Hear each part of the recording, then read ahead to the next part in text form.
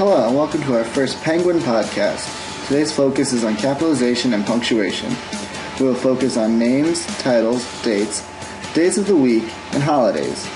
We will also focus on how to properly use exclamation points and commas when used regarding dates, times, and holidays. This lines up with the North Carolina Standard Course of Study Objective 3.05, dealing with first grade reading and language arts. You always capitalize someone's name, as you can see here, with we using Bobby, Sue, Jose, and Jamal as examples. You also capitalize proper places, such as cities, countries, and so on. We capitalize the W in Washington and the R in Raleigh. Along with capitalizing names, you also capitalize their titles. Mr., Mrs., and Miss will always have a capital M when followed by a first or last name. Job titles such as President, Governor, and Doctor will also be capitalized. When dealing with times and dates, you will always capitalize the first letter in the day of the week. You also capitalize specific holidays such as Thanksgiving and Labor Day. When recalling and rewriting specific dates such as July 4th or October 11th, you must capitalize the first letter of the month. As stated before, you must capitalize places such as cities, states, and countries. In cities with two words in the name, such as High Point, you must capitalize the first letter of both words. This is also true in the example of New York City. This same rule applies to all words within a specific title. As we bounce into our next topic, punctuation, take a moment to think about just how important punctuation is in helping establish composition, comprehension, and flow when we speak.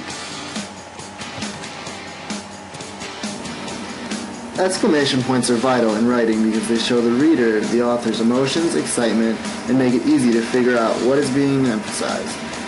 The example sentence without the exclamation point will be read as, "The dog then ran and jumped the fence."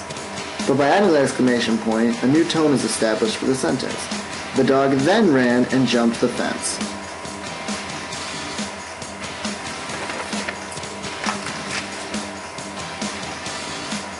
Along with exclamation points, commas are important in reading to help better understand comprehension. We use commas to separate things in a series. In this example, we have a series of people. I went to the park yesterday with my mom, dad, brother, and my best friend. We also use commas in compound sentences. When we got to the park, I ran to the swings, but my brother ran to the slide. We also use commas in our places we capitalized earlier. You put a comma between High Point and North Carolina, as you would between Watertown and Connecticut. Commas are also vital in separating a specific date from a year. As you can see here, we place the comma between the 4th and July 4th and the year 1776. But there is an exception to this rule. You leave the comma out if you leave out anything in the date, as seen right here. When you are quoting something within your papers, you need to use commas between words like asked, said, and quoted, and put your quote within the quotation marks. You put your quotation marks at the beginning and the end of a direct quote. In this passage, we will be identifying the use of capitalization, commas, and quotations. This is a passage from the adapted version of The Selfish Giant by Oscar Wilde.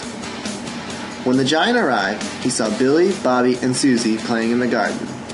"What are you doing here?" he cried in a very gruff voice, and the children ran away. "My own garden is my own garden," said the giant. "Anyone can understand that, and I allow nobody to play in it but myself." So he built a high wall all around it, and put up a notice board, "Trespassers will be prosecuted." He was a very selfish giant. Now let's look at some examples. As you can see in red, Billy, Bobby, and Susie. This is an example of commas separating a series. As we continue, we observe a direct quote from the giant, which is accented in blue.